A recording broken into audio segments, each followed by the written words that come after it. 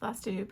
This is gonna be a Flosstube extra in which I work on getting up all the floss colors for this project, Let Freedom Ring by Lila Studio. I was totally influenced by Flosstube into buying this. I'm generally not, there goes the cat, already knocking stuff over. I'm generally not really one for patriotic patterns, but I don't know, I live in Philly. This feels very Philly themed, so that's sort of where I'm going with this. We do have an area in our house, in our dining room, that has maps of Philadelphia and Pennsylvania and some other spots that are meaningful to us, so I think this would go really nicely kind of in that vein. So yeah, so I just purchased this as a PDF, printed out this cover page so I could show you, and I also printed out the page with all of the flosses, so you can see there's a ton of flosses on here. So I'm going to work on getting them all onto one of my floss organizers for today. I ended up picking this fabric for this project, so this one. It is gorgeous, and I wish I had grabbed some in 40 count too. This fabric is called Presentation. This is a 36 count from Tropical Stitches, and it's so pretty. It is so pretty. I really wish I had grabbed more of this than I did. So yeah, but I'm glad I have this. So this is what I'm going to use for this project. I think it's a really nice, pretty, like neutral, a little warm. So yeah, excited about that. So that's this, and then I have a ton of floss hanging out here. This, I believe, is all the required flosses for this. I have some other stuff over here that I don't know why I have it out. I feel like it's for a project. It's over here, but I can't remember right now what project it's for. So it's just hanging out on my desk until I figure that situation out or put it away, whichever comes first. So I just thought this would be fun to do, you know, if you're doing some stitching yourself, do a little chatty video where I'm just getting stuff kitted up, nothing too crazy. So grab your project, get cozy, let's do it. So I just want to show you, these are like the three, sometimes I use, if it's a smaller project, sometimes I use just floss drops on a ring, but most often I like to use these, and it just keeps everything sort of like in one spot, but keeps it from getting quite as tangled, in my opinion. So these are the three different kind of sizes I have right now. So this one is typically my favorite. It's the one I go to first. It's like a laminated cardstock. And I got this in a pack of like 10, I think, on Amazon. And yeah, I really like these ones. They have 16 total spots on them. So they work for any projects that are 16 colors or less. And then I needed one that was slightly bigger. So I got this one. This has, I believe, 20 total spots, plus these little hearts at the end, which I guess you could use for like bits that are left over that are still long enough to use. And then I got to this project, and it needed another project too that had even more, had more than 20. So I thought about putting on 2 separate cards, but I ended up just buying these. I got this set came in a big set. I got both of these on Amazon. I got all 3 of them actually on Amazon. So this one it's numbered on this side. It goes up to 37 total spots. So tons and tons on this one. So I won't need all of them for this project, but I like that I can put them all on the one thingy in my bag. So I'm gonna be using this. What I like to do when I use any of these thread organizers, I think you can write on them even with Sharpie and then probably use like rubbing alcohol to get it off. But my strategy, I'm gonna run out of tape. I have to get more tape at some point, is I just throw some tape right down on top, like so, and then I write on the tape.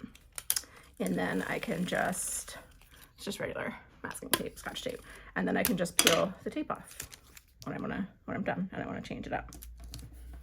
Easy, easy, easy. So like that. Okay, so then I'm going to use just a ultra fine point Sharpie. This one's actually getting dull, so I need to find a new one at some point, but it'll work for today. And I got my scissors. These are my favorite scissors. These are Karen K. Buckley scissors, and they come with like a little plastic sheath thingy. They're so nice and sharp and pointy. I use them for all kinds of stuff, like quilting projects, like all kinds of crafts, and they are just the best. All right, so let's go. So these are in alphabetical order. I mean, not alphabetical. The DMCs are in numerical order, and then it goes into the overdyes. So I guess I'm just gonna get them up like that. If it's a smaller project, sometimes I'll be extra and put them sort of in color order, but don't have the time or the patience for that. So, or do I? That actually might even be easier than trying to go through my giant file and find the numbers. Okay, let's see. Let's try it. Find out where we end up. That'll be an experiment. Okay, so I'm just going to start with this pink right here. So this is DMC 3774. Goodness gracious. It just occurred to me just now that I have not had any coffee today. I don't drink a ton of coffee, but I drink enough coffee that not having any is like I can feel it. So I've been trying to figure out the best way to deal with DMC in terms of putting it onto floss drops or this kind of situation. And I was watching a video that I will find and link below that was about how to take Silks for You silks or Floss skeins or hanks and put them into like a usable format. And so I was thinking about like trying to do similar with DMC, like regular DMC, and I think there like should be a way, I can't do it, there should be a way to just like neatly unfold it. Clearly I'm making more of a mess than anything helpful at this point. So what I usually do is just unwind the whole skein. And if I hadn't started messing with it, this would be easier with this color, but I made a mess. So I usually unwind it and then I'll show you once I get this one unwound because it's going to take me a sec. So while I'm working this, I was going to chat about a couple of different things I thought might be fun to chat about. So one was I have been totally influenced, as I think many of us have been, by other Flosstubers. And I'm thinking about starting a full coverage piece. And this is kind of hilarious to me because like as recently as like yesterday, and this morning even, I probably would have said like, nah, I have no interest in ever doing a full coverage piece. And I definitely still don't want to do one of those enormo many year long full coverage pieces. That just, I'm a completionist. I like to finish stuff. And I also like, I don't know, I haven't really found any full coverage designs that I like. I don't know what I would do with it, I guess is what I'm trying to say when it's done. Like I haven't found any designs that are full coverage like that I would want to display anywhere in my house. Which is similar to how I feel about a lot of the Mirabilias, although I'll get to this. I think I bought a Normcore, but I don't think it was a Mirabilia. It hasn't come yet, but I did get influenced into that. But so full coverage, I haven't found anything that really grabs me, so to speak, and that is a size that I'd be willing to attempt for a starting full coverage. But I just keep seeing all the beautiful things that people are working on, and it just sounds kind of interesting to try. So I don't know, I am suddenly doing a little digging around to see if I can find any that I like. And I did find a dimensions kit that is like a Christmas kit. Okay, so I got this untangled. So now I'm just folding it in half repeatedly to bring it down to the size that I prefer. So like this. It's good for me because I'm going to be stitching this 1/1 or 1/2 on the 36. So I don't want it super long because I'm just going to be pulling and using one strand at a time. So then I just loop it like that. And I looped it so that the original ends are down here at the bottom, and then just cut on through all those ends, and then I have a nice length of floss. And then I got to label it. That was 3774. So I think sometimes I label it with the number and the symbol, but this is, I think I was able to get this uploaded into Pattern Keeper, which will tell me the number. So I don't think I need to do the symbol. Which way do I want to write? This is not a lot of space. 3774. One down, a million to go. Maybe I should mark them on my sheet as I do this, since I'm not going in order. So I got 3774. All right. So anyway, full coverage. So I found a dimensions, a smaller, I think it's called a petite gold or gold petite.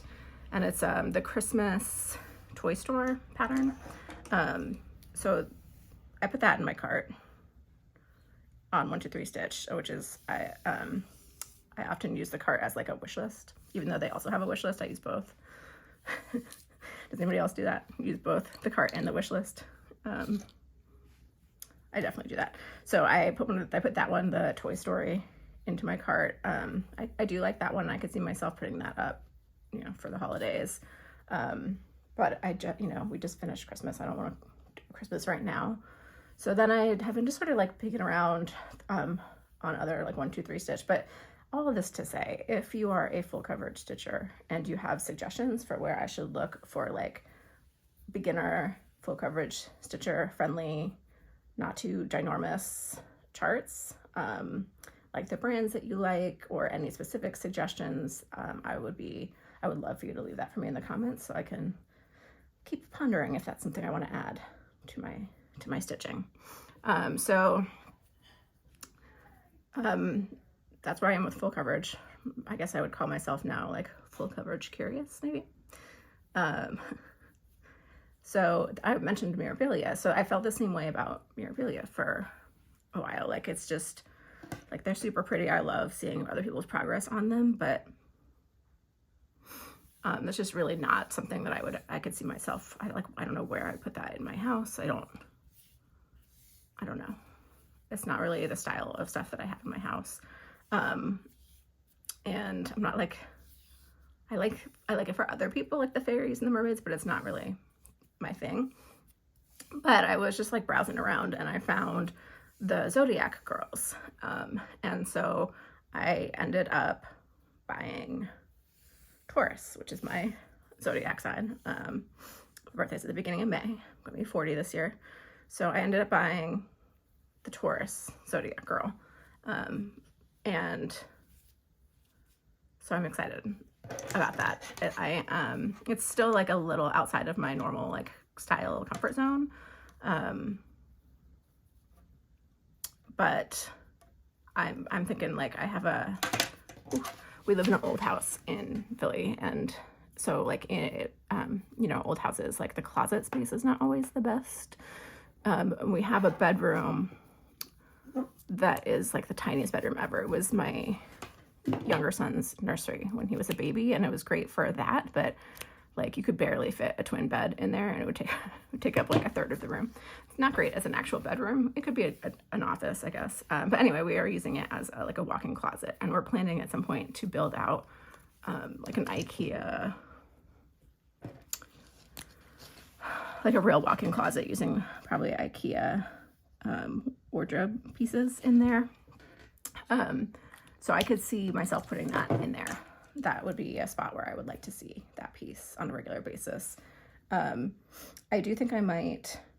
So I ordered the pattern, and I ordered the kit of beads and whatnot that go with it.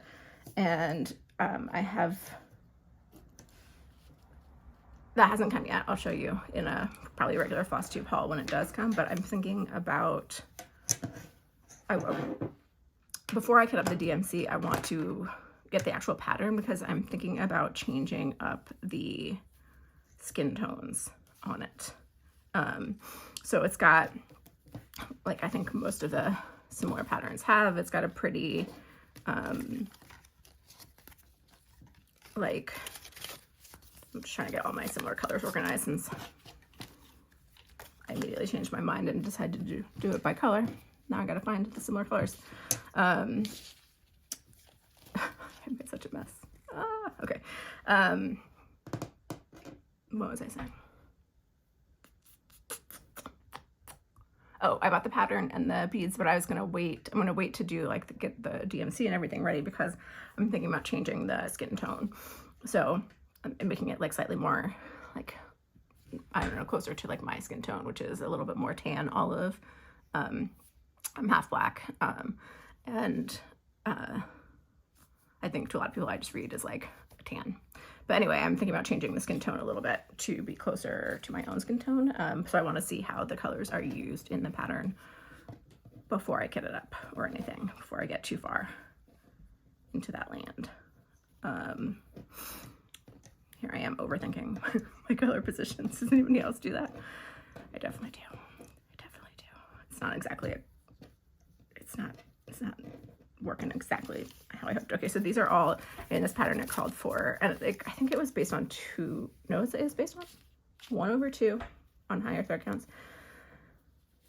I'm not sure what the floss recommendations were based on, because it tells you different finished sizes and stuff, but it said to get 3 to 4 skeins of used brick. So I've got 4 right here, so I'm only gonna throw 1 on here and the others will go in the bag as backup. That looks good to me. And same for old covered bridge. I got 2 of those, and I have a couple of endive, which is a green. We'll get to that. So anyway, so yeah, I'm excited about that Taurus piece. I don't know, like a little intimidated by it. I've never done any beading. I did get a couple of Mill Hill kits, but I'm like definitely a person who just dives right in to the deep end. So I don't know if I'm going to try the Mill Hill kit before I start that bigger piece or not. It's not usually my style. But yeah, so some new things, I guess, that are all influenced by Flosstube. That I'm going to try this year. So that's exciting. Even though I feel kind of silly in some ways. I don't know why. It's a hobby, right? You do what you want in your hobbies because the idea is that they're fun. But I still feel kind of silly about that. I don't know. Maybe I just need to stop telling myself I'm not a like XYZ thing kind of person, and that will help me feel less silly about it.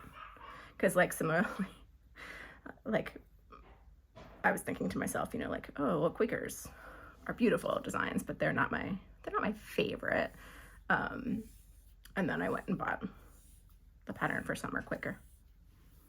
So it seems like every time I tell myself something like that, I'm then immediately proving myself wrong. I don't think I have anything else to ramble on about in terms of patterns at this moment. What else was I going to talk about? Oh, I was going to talk about the format of my floss tubes, just a little, like, so if you watch any of my previous videos, or even if you just like looked at my channel, you'll see that all of my videos are in this top-down hand format, which is, I think, pretty unusual for Flosstube. I've only seen a couple other people who do something similar. And it's, I guess, more common for like tutorials, and it's more common in some of the other like niche YouTube communities. So like journaling, for example. I watched a lot of journaling videos and planner videos over the years on YouTube, and for obvious reasons those are typically in this top-down hand desk format, or like art videos, that kind of stuff. But for Flosstube, a lot of Flosstube is like the conversation, right? And like seeing the person's face while they're talking about stuff, and I really like that about it. And I sort of wish I could do that, although then I would have to, you know. Anyway, but the reason that I don't, and I mentioned this a little bit, but I was going to get a little bit more into it, is that I work in education. I work in, I'm an administrator. What did I do here? I'm an administrator at a high school. So I'm an assistant principal at a high school here in Philadelphia public school. And I just don't feel super comfortable having videos of any kind, even though these are like totally benign videos, you know, it's like very family friendly. I just do not ever want to have a conversation with anybody that I work with, or meeting students primarily and families. I don't want them to find me on the internet. I have either not my social media accounts, my personal ones are the only one I have is, I only have one. I don't have Facebook and I don't have Twitter anymore since it became X. And oh my gosh, I'm making myself a tangle that I don't know how it happened. And so I don't really have a social media presence, I guess is what I'm trying to say. And my personal social media account that does exist is set on private, and the only people who have access to it are people I know in real life, like family members, and even still, I almost never post anything on it anymore. So there's all that to say, there's nothing for anybody, students or parents or anyone to find, and I kind of want to keep it that way. And even though this is super benign content, teenagers are how they are, and I don't want to give them the ammunition of even though I love my students and I have very good rapport with them, I don't want them to have access to videos with my face on them, long story short. So as long as I am in this field, I probably will not be recording Flosstubes that show my face. I might, and sorry if there's some background noise, there's some vacuuming going on right now in my house, but there's never a good time. We're off today. It's Dr. Martin Luther King Jr.'s birthday, or the Martin Luther King Jr. Day. So we are off school today. So I'm home and my kids are home, which is why I'm doing this today. But anyway, yeah. So that's why I'm just showing you my hands, so I don't have that worry in my brain. I still want to connect. I might show pictures that include faces at some point. So it's not that. It's really the lasting videos that include my face that I don't really want to get into right now, given that I work directly with teenagers in a school setting. So there you go. That's the why. One of the things I love about Fancy Floss is that since it's already on Floss Drops for the most part, it is so much easier. So it's gonna end up about the same length, a little bit longer, but all I need to do is just chop the bottom and pull it off here. And there we go. So much faster. So this is used brick. So it's gonna go here. I don't know, I'd be really curious for other Flosstubers. I know people have a range of different life situations and jobs and whatnot, and I'd be curious if that's something that other people ever think about or worry about, their image, their face being out in the world. And I guess for folks who run their own businesses, that's part of the business aspect of it. And in a lot of industries, it probably doesn't matter because, like I said, family-friendly content. But yeah, I'd be curious if that's something that other folks ever ponder in their social media usage or not. I know there are other educators who have Flosstubes and who do show their face. And I don't think there's anything wrong with that at all. Teenagers are teenagery enough. They have enough commentary on my life choices, when I get a haircut, or whatever, that I don't need to give them anything extra to derail their focus from their studies and what we're doing at school. All right, moving right along here. I'm also curious how other people kit up their projects. So a lot, as you'll notice, it's kind of messy. As you'll notice, I have full skeins of all of these colors for this project. I don't typically do that. I have my DMC stash is stored in 3. That's not true. I have 5 of these boxes, but 3 of them store my regular DMC, and then I have 2 that are storing the round ones. What are those called? Cotton pearl. Brain blank. I have 2 boxes that have cotton pearl, so one is size 12 and one is size 8 that I use for, well, I don't use it a whole lot, but I have intentions of using it for other projects. And one of those has a couple, I only have a couple of variegated and a couple of 12, and those are in one of those boxes. But I have 3 boxes that have my like standard DMC, and they are on bobbins, which I have mixed feelings about. I think storage wise for me, it's the best because I've got cats and kids and whatnot. But it does, I don't like the dents it makes when you get down towards the center of the bobbin. They used to be arranged by color because that was beautiful, but it was also really impractical, as it turns out. So I have rearranged them by color, so they're kind of falling down. But this box is numbers 0 through $5.99, and then I have a box that's 600 through $9.99, and then 1,000 plus, and that works for me right now with a little extra space. So usually I would pull from stash. Usually if I'm ordering for kitting up, I check my stash and see, like I think I showed in my 2024 plans video that I have a spreadsheet that has all of my floss, which I need to check and update because I think I've added some stuff that I didn't add there, but it has most of my floss in it, listed in it.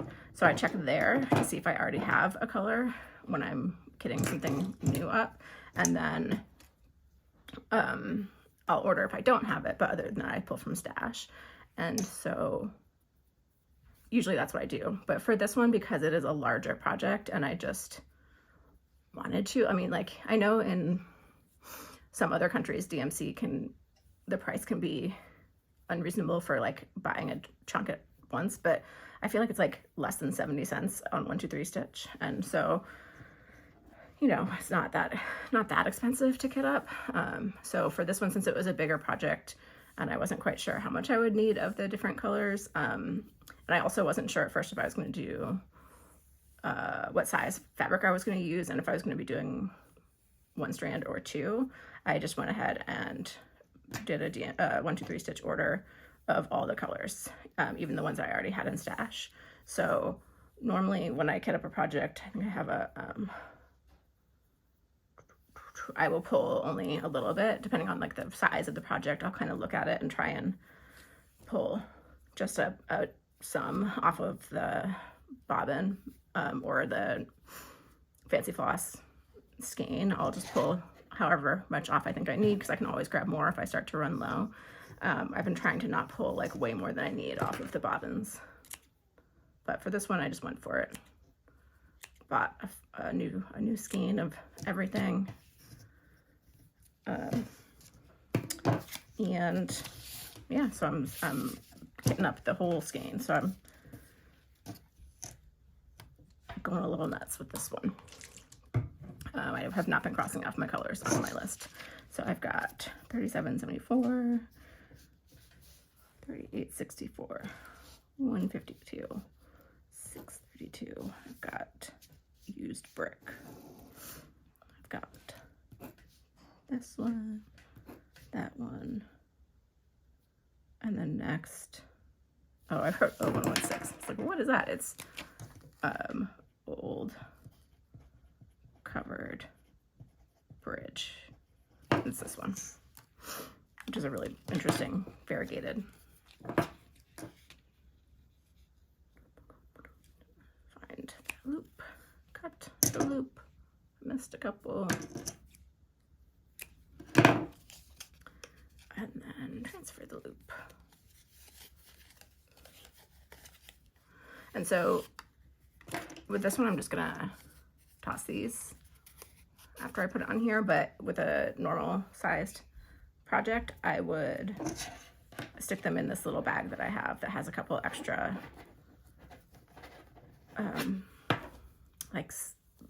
like pieces of my goodness, like floss drops of silks that I didn't finish in other projects. It just has like bits and pieces like that in it, and that way when I'm done, I can put any extra back on the Floss drop for storage. But for this one, since it calls for more than one skein of these two colors, I'm not worried about keeping all of my little taggies for that. So that was gold covered bridge. Okay, so pretty. That's my extra of that. So I've been trying to, like, I don't know, again, in the like trend of saying that I don't want to do things, or I don't like to do things and then immediately doing them, I talked in one of my early Flosstube videos about how I don't generally have like a lot of things running at the same time, a lot of projects running at the same time. And then I have started more things.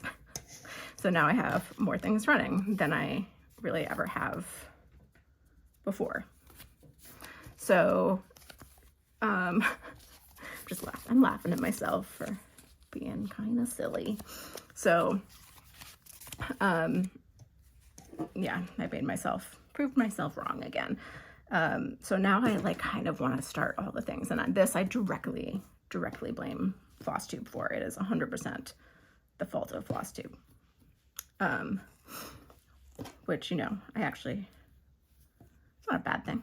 I kind of appreciate it. I kind of like it. It's enjoyable. You know, starting stuff is fun. Maybe these ones. Let's see. Just making sure I don't have two of the same color. Okay, let's see. That will go there, this will go there, that will go there, that will go there, that will go there, that can go there, there, there, there, and there. Perfect. Okay, so that's that side. And then on this side, we'll do that. Oh, maybe I should do screen. This is kind of part of the fun, right? Like, I don't need all these little guys. Part of the fun is just playing with the colors for me. Which has been an interesting part. Like gosh, I'm all over the place. Let me finish one topic before I start a whole new topic. How about that? So I was talking about my startitis, as I've heard Flosstubers call it. So I have been definitely feeling it. Like I definitely have been wanting to start lots of things. And I'm trying to sort of, in my brain, determine, like, am I good with that? Am I just going to start all the things and be good with that? Or do I still want to try and not end up with like a million different working things at once? So I'm pondering that currently in my brain. And we shall see. We shall see where I end up. I have a feeling it's going to be with a lot of things started. I'm still trying to like not double up in like any given category, so to speak. So like I have my monochromatic piece that I'm working on right now, which is having 4 of these times. Trying to find a little bag that I can put these extra fancy flosses in to keep them safe. So like I don't want to start, I'm sorry, crinkly noises. I don't want to start another monochromatic piece until that piece is done. So that is still the case. I'm still planning to do it that way.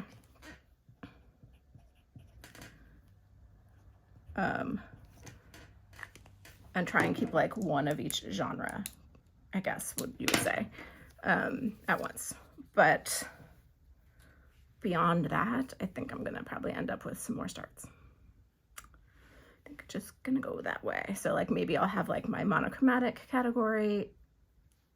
Why do we feel the need to do this to ourselves? Like come up with systems and categories for everything, like, or why do I feel the need? Because I don't know if you do the same thing, but I definitely do. I feel the need to like systematize and categorize things.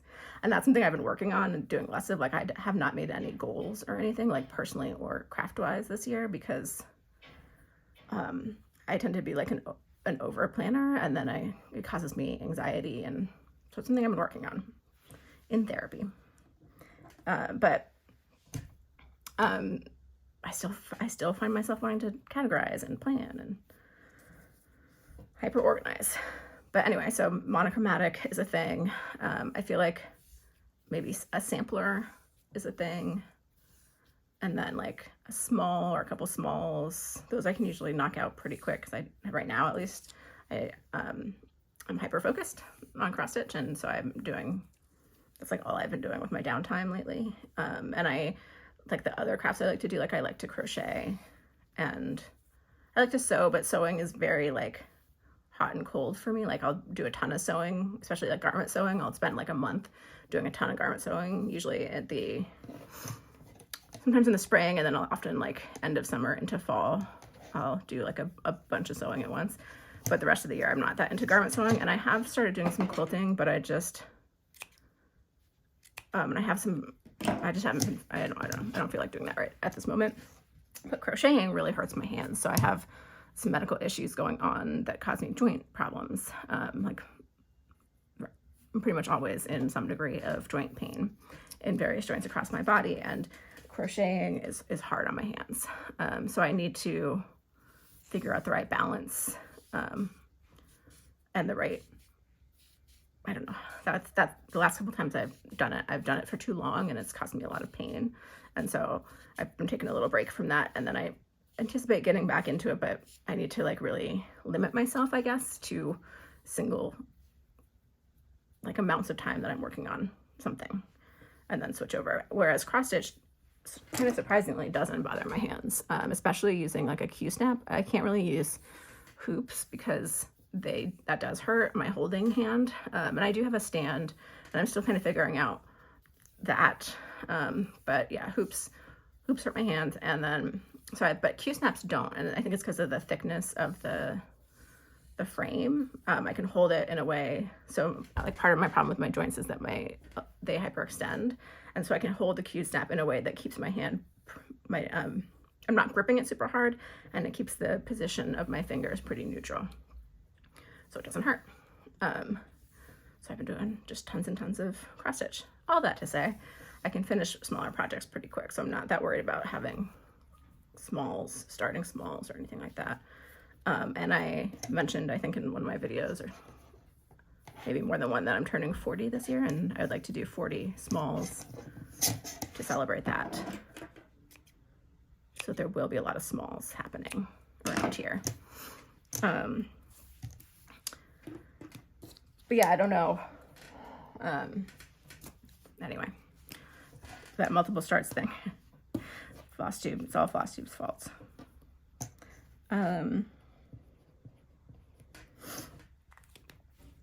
There was something else that I started getting into a tangent on, and I can't remember what it was that I was going to come back to.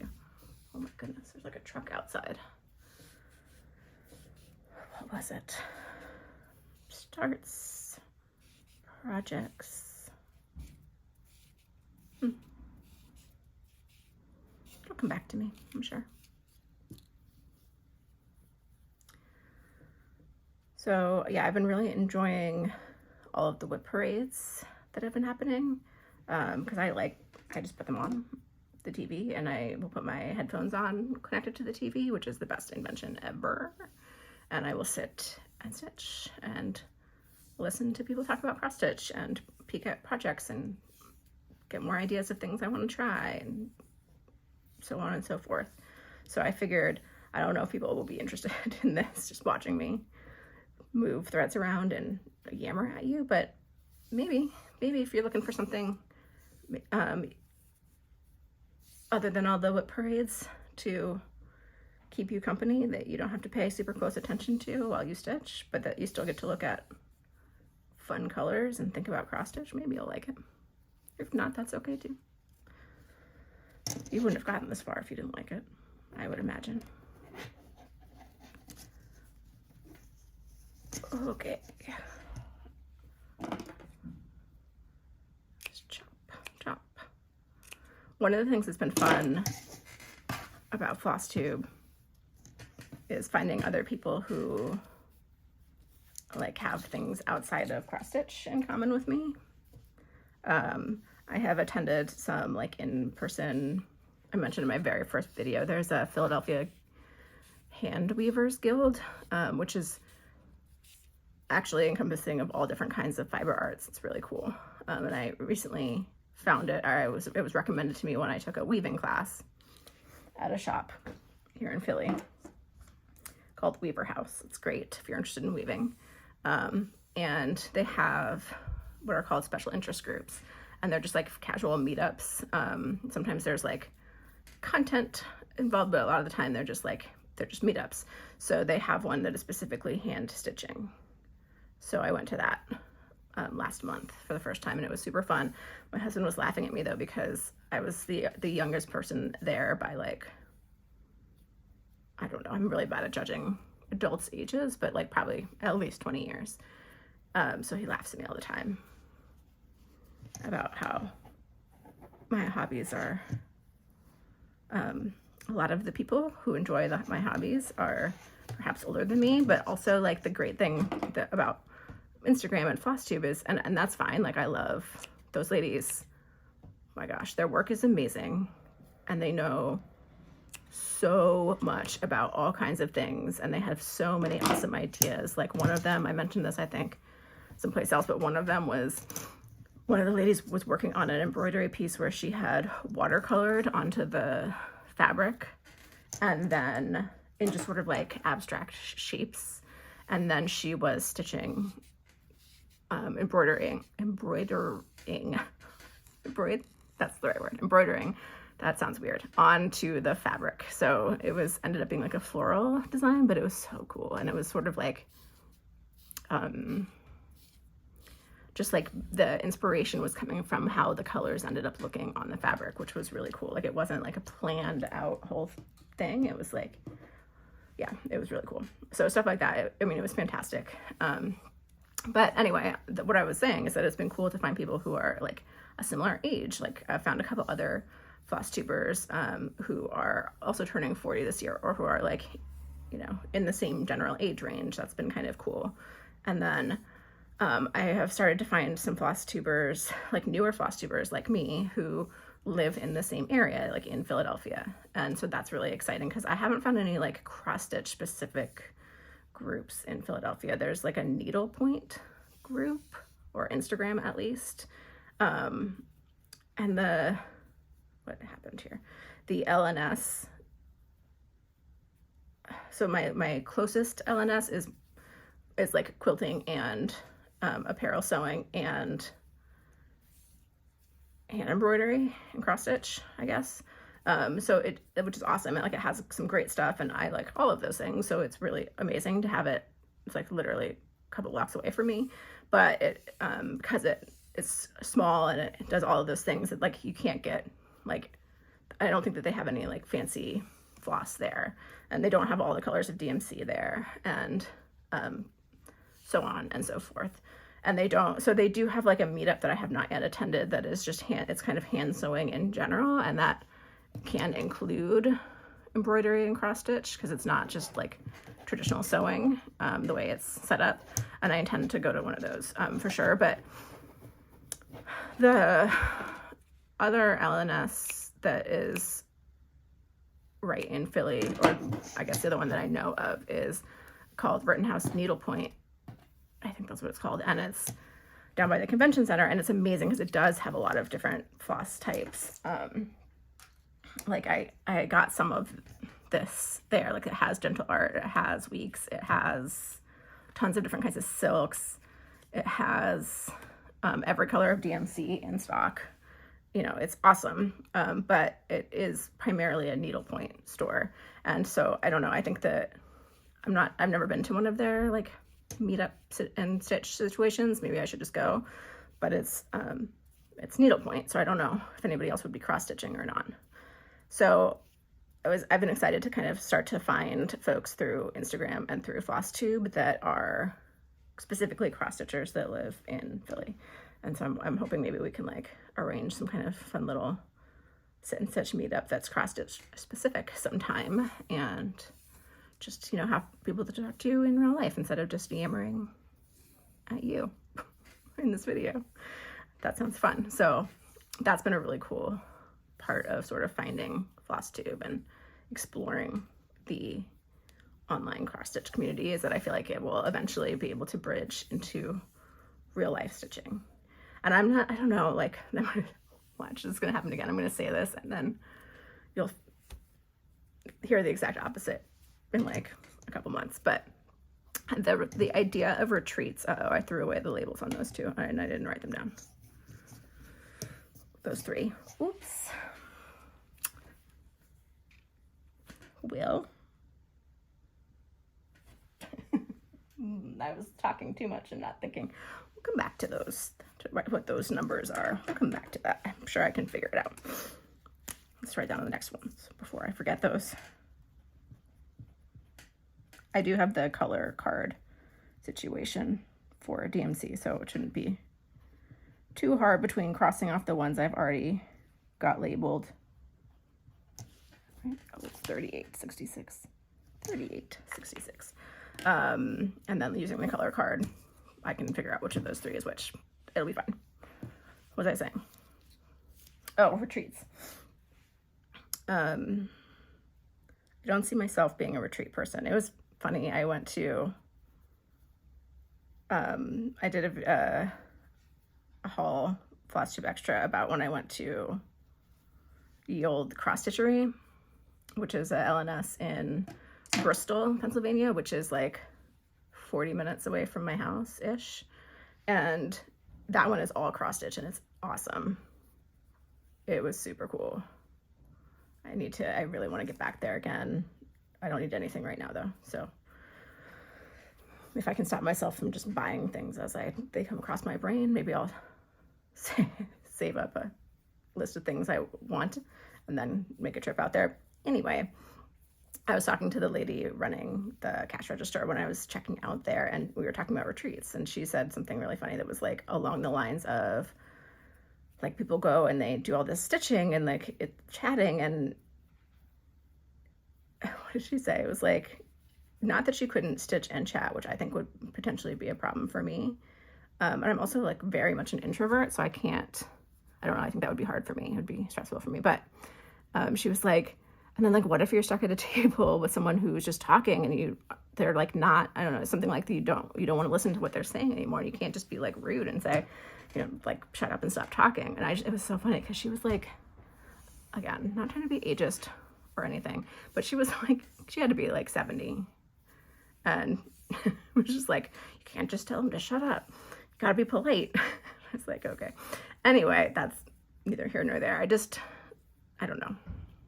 It doesn't, with my introverted self, I feel like it would stress me out more than it would be fun. But maybe I'll change my mind, just like everything else I've said that I didn't want to do. Full coverage. Mirabilia / Nora Corbett, etc. But because that is not something that like right now is catching my attention, I feel like social media, YouTube, Instagram are probably the best bets as far as like meeting friends in real life who cross stitch. And I do like work with some folks who are actually younger than me who do like embroidery and other crafts and whatnot, like knitting, crocheting. And actually they were starting a fiber arts club for the kids at school, which was going to be super cool. But then the main person went on maternity leave, so it hasn't started yet. But I don't know, since I used to be a teacher at my school, and now I'm an administrator, and it just is like a weird dynamic. Like they are delightful. Like it's me that feels weird, I think, not them. But like, I don't know. I don't want to intrude on their out of school lives and they're also, some of them are quite a bit younger than me, which is not to say they're not delightful. I love, interacting with them at work, and I think they're great at what they do. But I don't know that they want to hang out with me outside of school to do embroidery. That's what I'm trying to say. So it's going to be either finding people through those like sit and stitches that I need to just show up at, get over myself, my introvertedness, and show up at, or finding folks over social media, or I don't know, teaching some of my friends to do it, which nobody has expressed any interest yet. And since I'm introverted, like I have a couple of close friends, but I'm a homebody. My husband has no interest. I floated the idea and he basically didn't even respond. He like immediately changed the subject. So I don't think that's gonna happen anytime soon. All right, getting to the end of this row, which is going to be the full row, and the other side is not going to be full. So making good progress. I'm not even worried about these little messy bits when I start stitching this, which I'm not planning to do until, I don't know, maybe like May at the earliest. I just like to get things up too. It's fun. Then I will worry about any bumps if they bother me at that point. Oh, I remember what I was going to say before. See, I knew it was going to come back to me. I think I was talking about colors and how it's fun to just play with colors.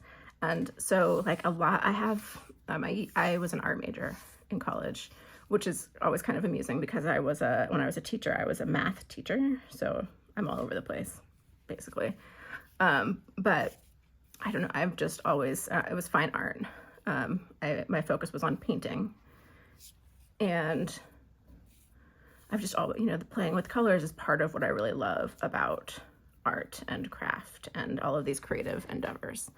And I also have really specific kind of aesthetics sometimes and ideas sometimes, and I have a tendency, if I can't find exactly what I have in my brain, then I'll just create it, right? So I've started, in the past, I have dabbled around with kind of charting out my own little designs, and I would do those on paper. But I've been playing around with some charting of designs that are just going to be like, I'll put them up on the internets for free. I'm never planning to charge anything. I'm not like a real designer, and I don't want to be. As the name of my channel, my social media states, cross-stitching is it's a hobby for me. It's something I do on the side, and I don't want that to change. But I do think it'd be fun to just put up some freebie patterns that I come up with that are things that I couldn't find already in the market that I enjoy. So that's my plan. I'm going to put them up on a Ko-fi site, so they are going to be always free and no expectation of payment. But that way, if someone wanted to help enable my habit and they appreciated the designs, they could buy me a coffee. Oh, one of my kids is saying he's hungry. Hold, please. He wants to go get lunch on our day off, which I told him we could do. So he'll have to wait till I'm done with this though. But anyway, so part of what's fun about designing little patterns, I've only designed a couple of like smalls so far, and the only ones I posted my New Year's design that I showed in my last Flosstube, and then I'm working on a Valentine's design right now. I posted like some teasers of it and a mock-up of it on Ko-fi, and it's just really interesting to me the way that color works in terms of cross stitch, because you have these beautiful like skeins of floss and they may look lovely together, and then you start stitching and it's really different. And so that's been something that I've been sort of like exploring as I've been playing with designing. And so with this Valentine's piece, I started with a palette actually. I was like doing something like this, playing around with my flosses, and I had some nearby each other that looked really pretty, like 4 colors, I think.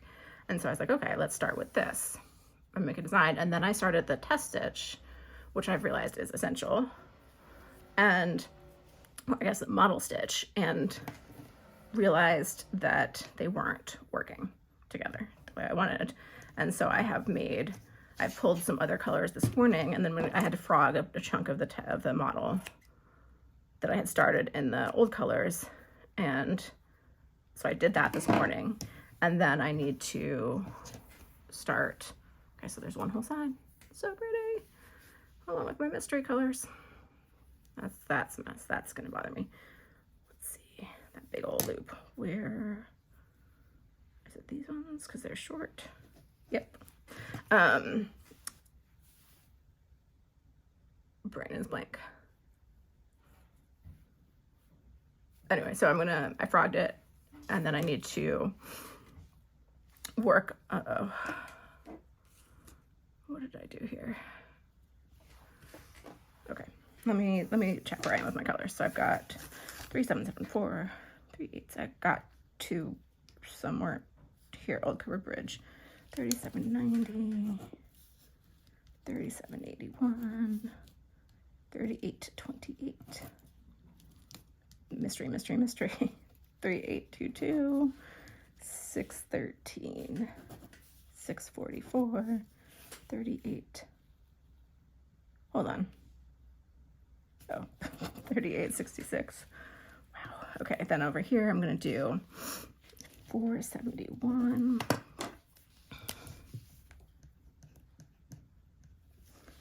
And then I'm gonna do endive. And then I'm gonna do dried thyme. And then forest glade. And then 3787. This is 310. This is 645. 648. 169. 413. This is freedom. Then I've got 931 and 927. So that leaves this one, and this one. So those are these three. I think this is old gold. Yellow beige. I don't know. We're gonna come back to that and figure out in a minute. But I've got everything. That's what I wanted to figure out. Okay. Continuing on. I was talking about color. Oh, let me show you. I brought it up here, or I had it up here to pull the other colors. So this is what I'm working on.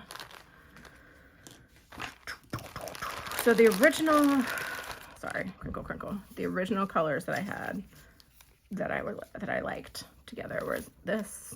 No, it wasn't that. It was, and this fabric is 36 count fabric on a whim morganite. I had in stash. It was old lace, which is like a white, very slightly off-white seashell, coral reef, all color and cotton. And then I had this DMC, which is 3777. And that was it. It was those four colors. So because my morganite fabric is so light and I was kind of curious about the coverage, I ended up pulling this DMC Floss that I had and using one strand of that. I used it for the letters here, and it's interesting because it's a little bit thicker, and so it gives it kind of this raised effect, which I actually really am enjoying. And I'm going to use it for another piece of this too. It's a brighter white, so I thought it would have more contrast against the really light pink as compared to old lace. So that was a change, and I put a note on myself to put this back into a kitted project. So I'm going to toss that where that project is. The heart I did in coral reef, and I like how that turned out. I like the variegation. I like the sort of pinky corally tone of that. But then the part that I had to frog was down here, and it had this red in it, and I felt like the red is too cool for the coral color. So instead of that red, I think I'm going to try 355, which is a little bit more orangey red. And then this color is seashell is beautiful, but it's really light, and it is really close to the fabric color, and it looks like it might be enough contrast looking at the skein, but when I started stitching with it, I did a decent chunk and it just was too close to the fabric color. It was too light, not enough contrast. So I think I'm gonna use 168, but I don't know, because that's moving more cool toned again. And then I originally was gonna use 38 to 28. There's a key in this design, like a vintage key, but I think I'm gonna use 3045. So these two are still subject to test. Well, they're all still subject to test, except for these two, I'm for sure. So I did pull those colors this morning after frogging, and I'm gonna do, what I might do is pull it out of the Q-snap and do some little swatching up here where it won't be visible in the final piece to compare the colors that way. So I'm gonna put them all actually back in the bag except for the old lace, and leave it together so that I can swatch that as needed. But so that kind of color situation has been really fun to play with and really interesting to try and sort of think through the color theory and the contrast and the values and all that kind of stuff. Even though I was an art major, I went to a liberal arts school. I didn't go to like an art school, so I have you know, a working knowledge of color theory and whatnot, but it's not, I'm not like an expert, and I'm not, obviously not a working artist, and I never have been. So it's been interesting to kind of learn more about that as I go in terms of designing. I love this green. Green is my favorite color currently. It used to be, I think I mentioned this in another video, it used to be like the kind of corally pinks, like that one I just showed you, and then like some yellows, more than like the warm yellows, I would say. But in recent years, I still love those colors, but in recent years, I think green has become my favorite. It has surpassed pink and yellow as my favorite. I like all colors, really, let's be honest. Just looking at all these colors on here brings me so much joy.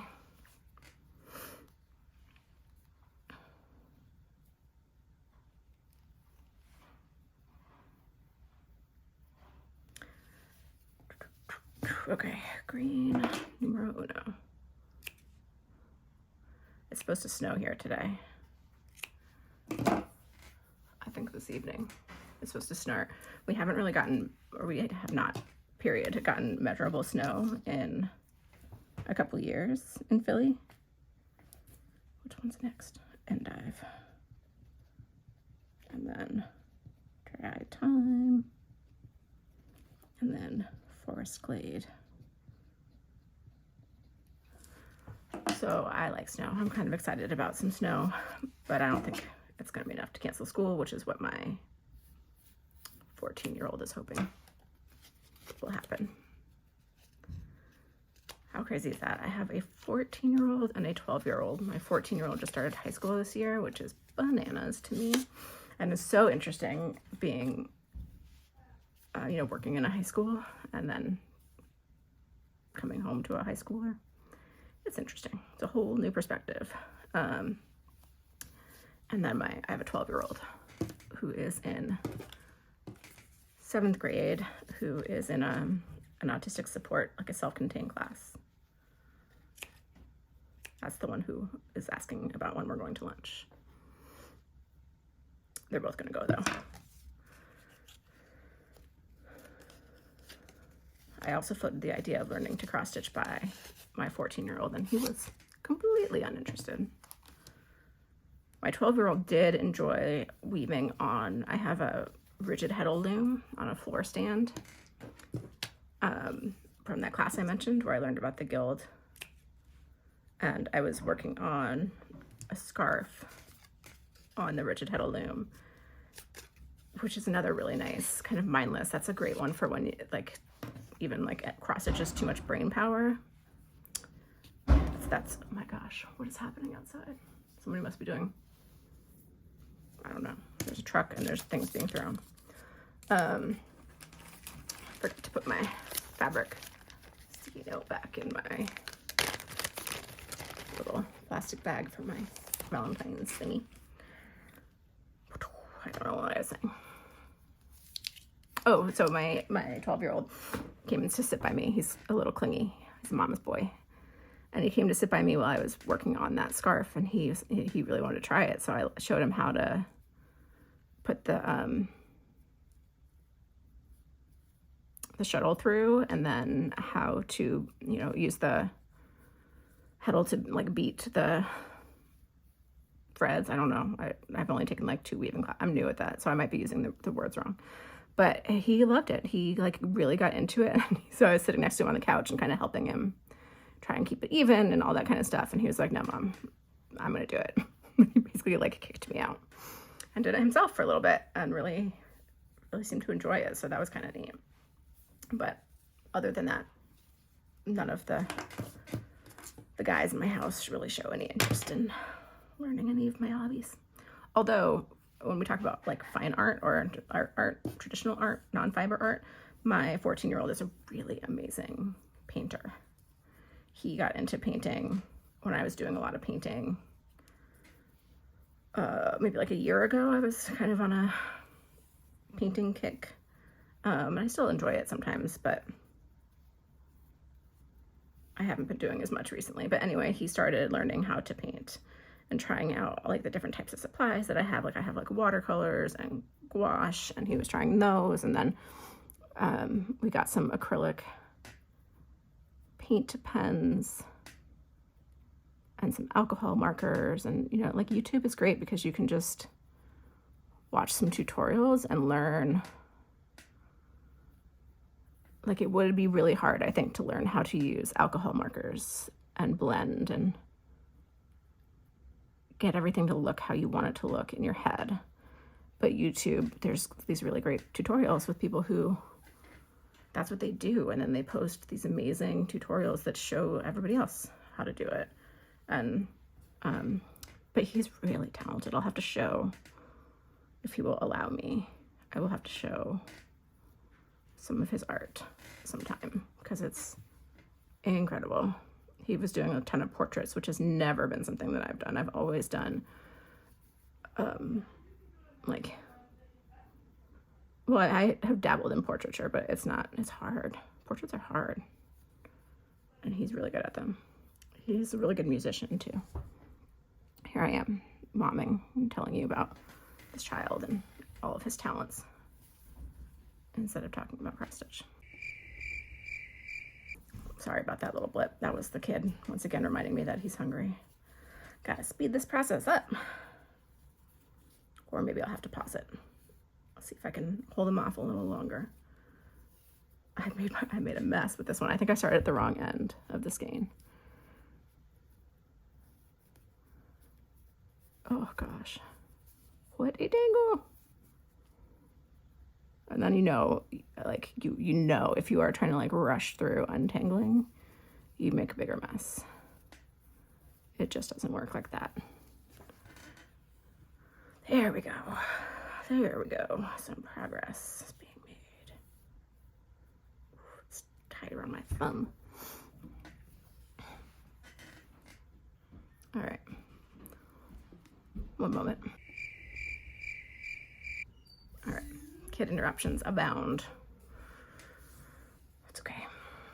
That's an editing me problem for later. Ooh, it is getting cold. I can actually feel the temperature. I just did it again. I tossed the color thingy before I wrote it down. Arg. Arg. Oh man, and then I did something weird with my loop. See, now I'm rushing and now I'm making mistakes. What is going on here? That goes there. That goes there. All right. Back on track. Kind of.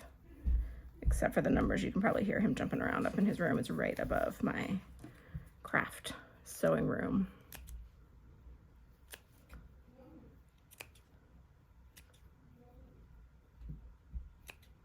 Snip. I think I got them all.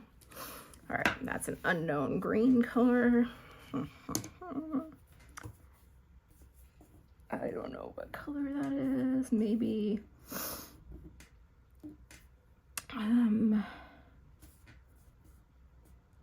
gray green, perhaps. I'll make myself a little note to check that one. Let me write these other ones down before I forget. 310. 645, 648, 169, 413, and we have freedom, and then 931 and 927. Let me grab my this thing, color card. I was like, what is it called? Anyway, so 833. So the thing that I like about this, besides the fact that it's beautiful and it has every color ever, is that you can look up. It has this page. Ooh, it's hard to hold. Here, look at the sparkles. Oh my gosh, are they sparkling for you? Anyway, it has this page here by number, so I can look up 833, and it is in column 13. I just knocked something over with this big folded book, which is here. 833 is there. So then I can grab my mystery colors. And this one is 833 for sure, right? Right? Oh, it's not even the right one. Yes. That one's for sure 833. Where's my pen? 833. And then one of them's gonna be 3045, which is row 13. 3045, which I think it's this one. 3045, yep. It's for sure not that one. 3045. So this, just double check, is 3045. And then last but not least, we had 3829, which is there. Yep, that looks great. 3829. All right, so those three I got, and then I got to figure out that green. I thought it might be 927, which is in column 8. This thing is massive. Ugh. Ugh. Column 8. 927. No, that's not it. Is it?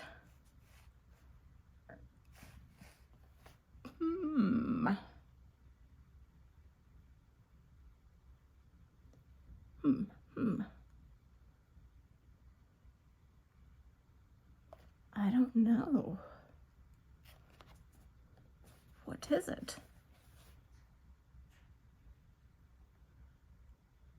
Huh. Maybe I have to process of eliminationize it. Is it this one? Oh, maybe it's beaver gray. No, it's darker than that. Is my head getting in the way? Huh. I'm gonna have to process of eliminationize it. Let's see, let's do that real quick, just because I'm curious. All right, so I'm gonna mark them off again. Let me not do it in Sharpie because it'll bleed through. I'll do it in highlighter. I love these. These are mild liner highlighters, my favorite. All right, we'll start over here. 3774, 38. Why am I having trouble with numerical order? 64, says the former math teacher. 152, 632, 377.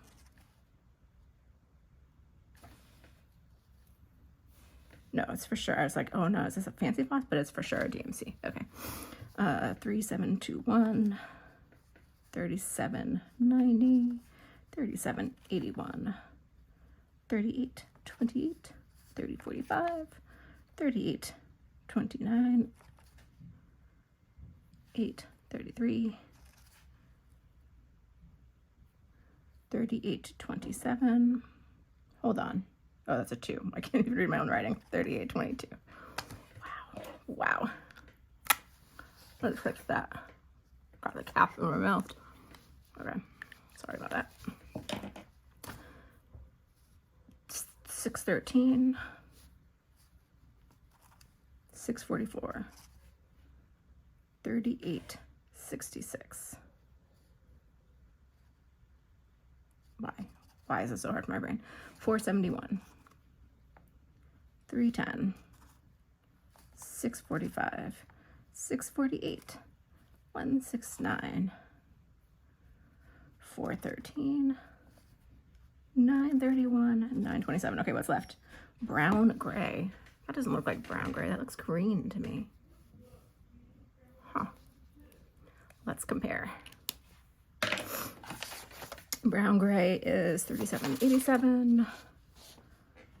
3787 should be located in column 19, which is where we are. 3780. Oh, huh.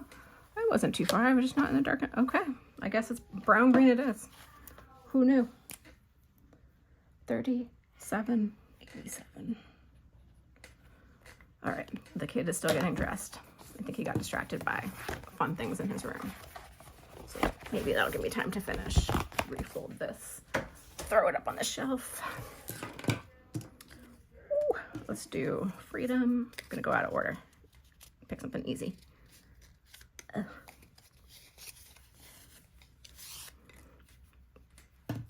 Quick gratification with no chance of, no, let me not jinx myself. I was gonna say no chance of tangling.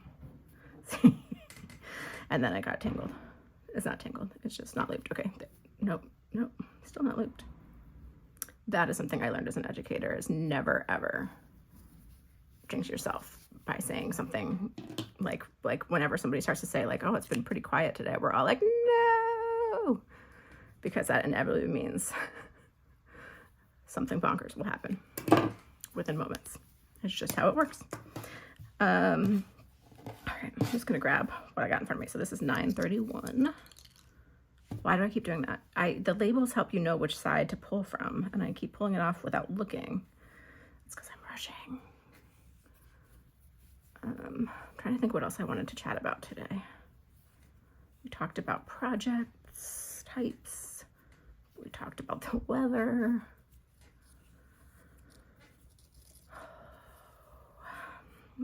What else?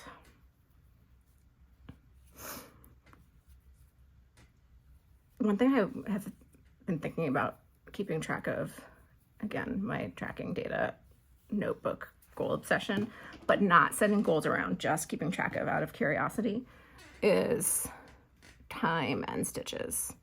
So like I don't keep track of when I'm using a paper pattern, which I've actually been really surprised how much I've been enjoying some paper patterns lately.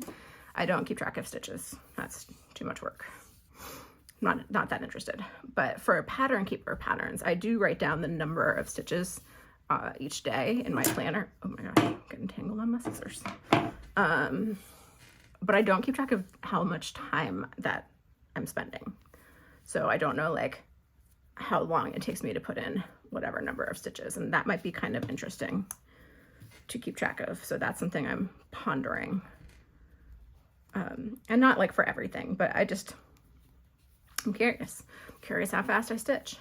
I'm curious like how long it takes me to put 100 stitches in something, or like maybe even like how long does it take me to do 100 stitches on my monochromatic piece compared to like a sampler. I did it again.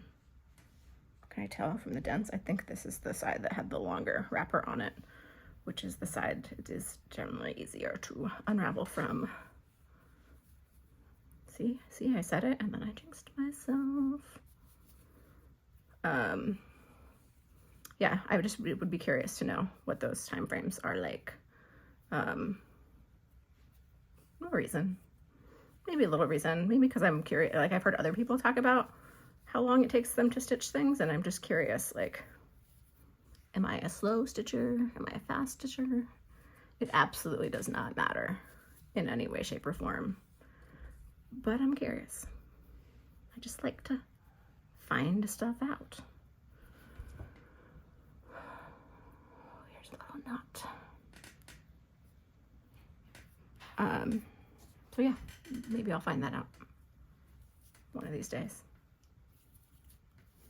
I feel like I've gotten a lot done lately, but I think that's also because, like I said, I've been hyperfixated. I do not have any, I'm not like diagnosed with ADHD, but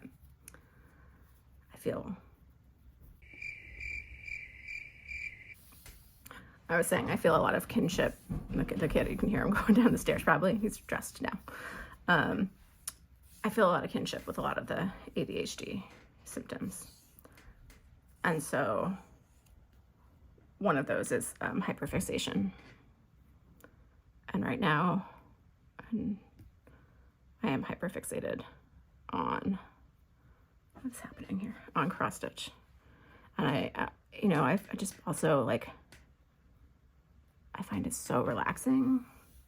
My job is really stressful and really tiring, and I can still come home and like sit and relax and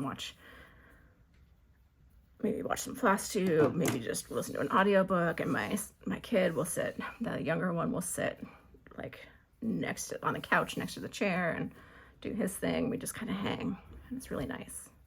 So I've been putting in a lot of time stitching, so I've gotten a lot done. But I don't know.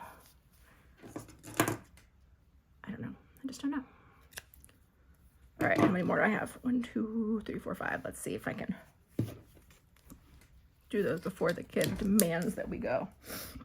I remember this time, so I'm starting from the number side.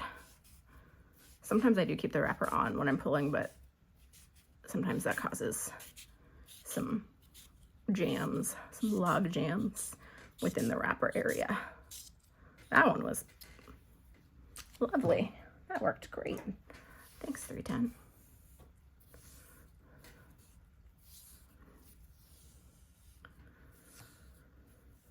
One of the things that I have planned as another Flosstube extra is I want to do a comparison. So like I was talking about in that Valentine's design, how I ended up using the Floss instead of the regular DMC for the white.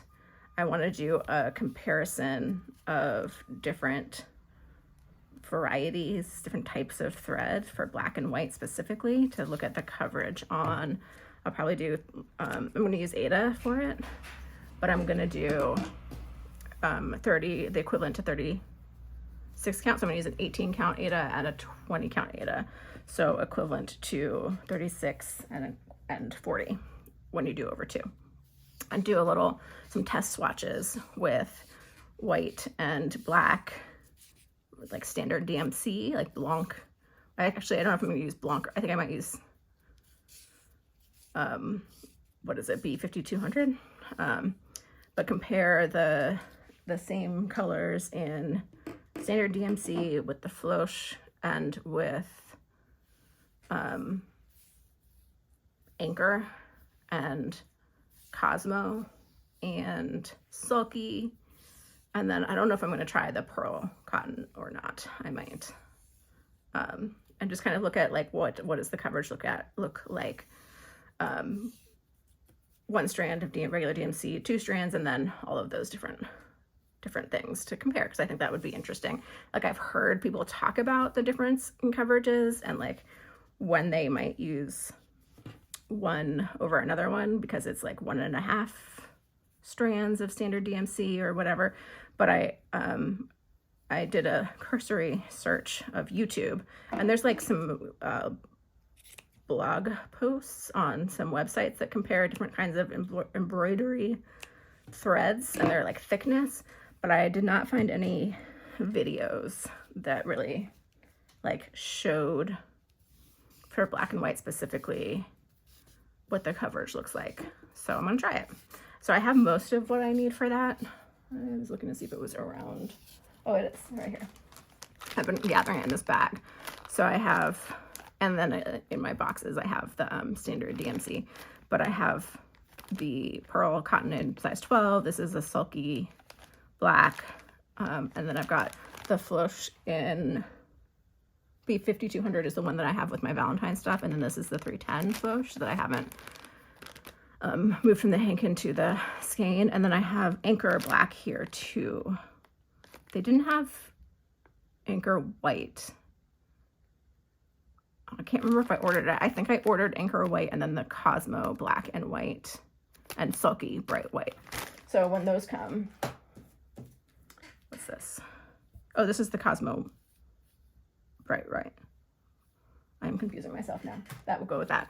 But at any rate, once I have the things, I will do some swatching on the DMC. And I'm just going to do it on like light colored DMC. I thought about also trying it on black, not DMC, Ada. I thought about trying it on black, but I don't really like stitching on black, and I didn't want to order black Ada or dark colored Ada just for that test. So I ordered some lighter colored. I think I got, I don't know. I don't remember what I got. I will tell you in that video. But I got lighter colors of 18 count and 20 count Ada to test that out on. So that'll be fun. That kind of thing, like I was saying with the colors and trying out different color schemes and stuff, that is my jam. I just like really love the nerding out and testing out different ideas and combinations and coverages and sizes and all that kind of thing. I don't know why. It's just super fun part of the whole thing for me. So if that's something that you might be interested in, or if you have other ideas that you would want to see tested out, let me know, because I'm excited to film that once those other threads get here, so that I have everything I wanted to test.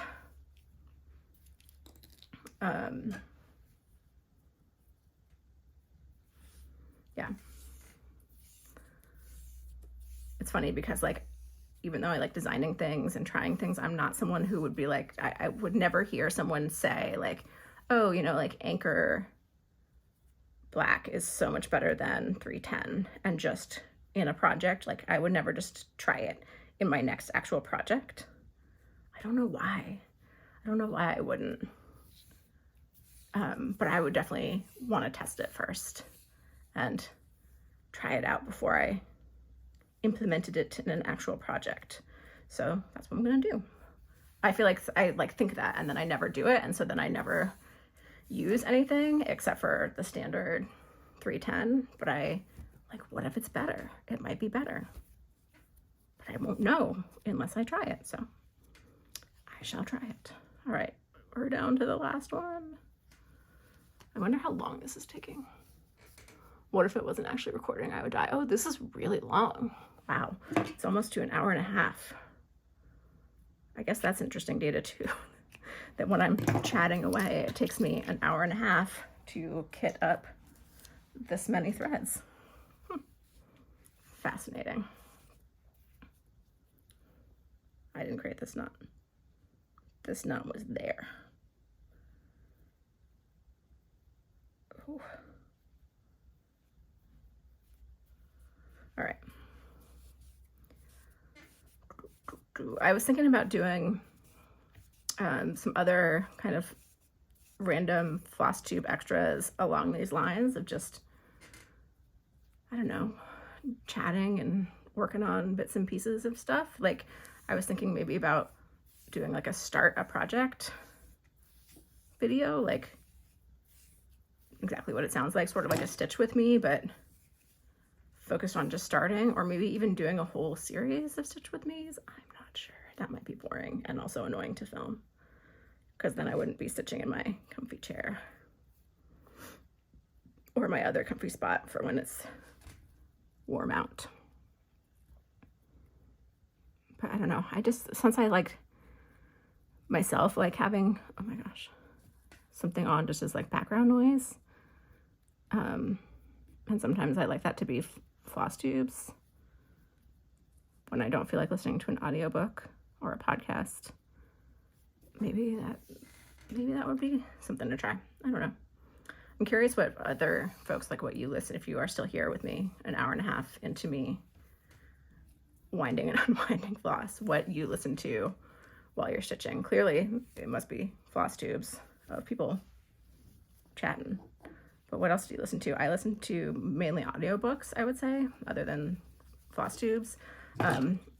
Like sometimes trashy romance novels, just anything that's sort of light. Like I said, my job is stressful, so nothing heavy. And then sometimes I'll listen to podcasts, but I don't know, I got kind of podcasted out a few years ago, so less frequently with that. I do like True Crime Obsessed, so I listen to that sometimes, and I'll binge a few episodes of that. Or it's audiobooks or Flosstube. All right, I am done. Look at that. That is beauteous. I am thrilled. And then here's the fabric. I don't think I can show you everything at once. That's delightful. I'm so happy about that.